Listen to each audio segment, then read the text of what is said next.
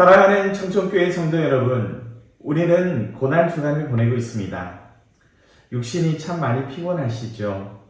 하지만 새벽마다 주시는 하나님의 말씀을 통해 저와 여러분의 영은 날마다 새롭게 될 줄 믿습니다. 한 주간 우리에게 구원과 영원한 생명을 주시기 위하여 십자가의 고난을 당하셨던 그 예수님의 말할 수 없는 그 사랑하심을 깊이 묵상하시는 복된 하루 되시기를 주의 이름으로 간절히 축복합니다. 오늘 우리에게 주어진 하나님의 말씀은 사무엘상 17장의 말씀입니다. 골리앗을 위시로 한 블레셋 사람들이 이스라엘 진영에서 하나님의 백성들을 희롱합니다.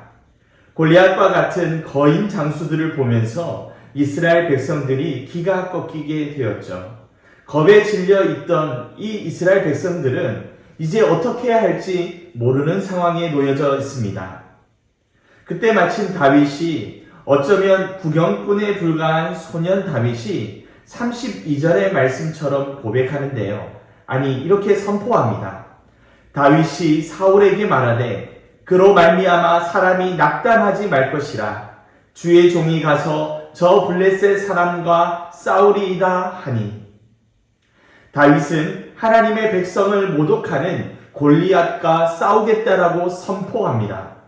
그런데 이스라엘의 왕인 사울은 다윗을 향하여 이렇게 말하죠. 너는 저 블레셋 사람과 싸울 수 없다. 너는 소년이다. 하지만 골리앗은 군인이다. 아니, 저 골리앗은 어려서부터 용사로 훈련되어진 사람이다라고 현실을 이야기합니다. 이에 대하여 다윗의 고백이요, 참 기가 막혀요. 제가 아버지의 양을 지킬 때에 사자가 달려들고 곰이 달려들어도 양떼에서 새끼를 물어가면 제가 사자와 곰을 치고 그 입에서 새끼를 건져내었습니다. 혹시 사자와 곰이 나를 죽이고자 달려들려고 한다면 나는 그들을 반드시 쳐 죽였습니다라고 다윗은 사울에게 고백하죠. 무슨 말입니까? 사자나 곰이나 저 덩치가 큰 골리앗이나 별반 다를 게 없다라는 말이죠. 다시 말해서 사울과 이스라엘 백성들은 환경과 사람을 바라보며 겁에 질려하였고 자신들이 어떤 존재인지 잊어버렸습니다. 하지만 다윗은 환경과 사람이 아니라 그 너머에 계신 하나님을 바라보았기 때문에 우리는 또한 하나님의 백성이라는 정체성을 알고 있었기에 골리앗은 짐승에 불과한 존재임을 확신하여 그와 같이 담대하게 말하는 것이겠죠. 이 다윗의 모습은 오늘이라는 일상을 살아가는 저와 여러분에게 참 도전이 되는 말씀입니다. 우리의 눈은 보여지는 것에 따라 움직입니다. 보여지는 것에 따라 우리의 마음이 움직이고 생각이 움직입니다. 하지만 성경의 말씀은 눈에 보여지는 것이 아니라 눈에 보여지지 않는 것을 믿음으로 바라보라라고 말씀하십니다.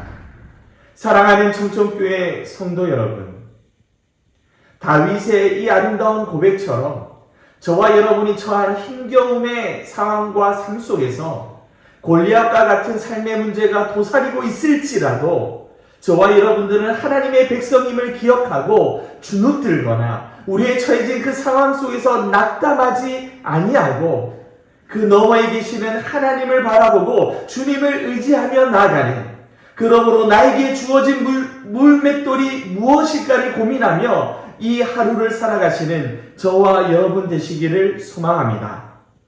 오늘 하루 우리의 가장 큰 소망 되시며 우리의 삶에 도움 되시는 그 주님과 동행하는 한 날이 되기를 소망하고, 하나님께서 나에게 주신 은사와 재능과 삶의 모습을 통해 하나님을 더욱더 아름답게 섬기며 예배하시는 복된 하루가 되시길, 그러므로 저와 여러분이 경험하고 있는 이 삶의 문제가 예수 그리스도 말씀 앞에서 해결되어지는 놀라운 응답의 은혜를 경험하는 저와 여러분의 삶이 되시기를 주의 이름으로 간절히 축복합니다.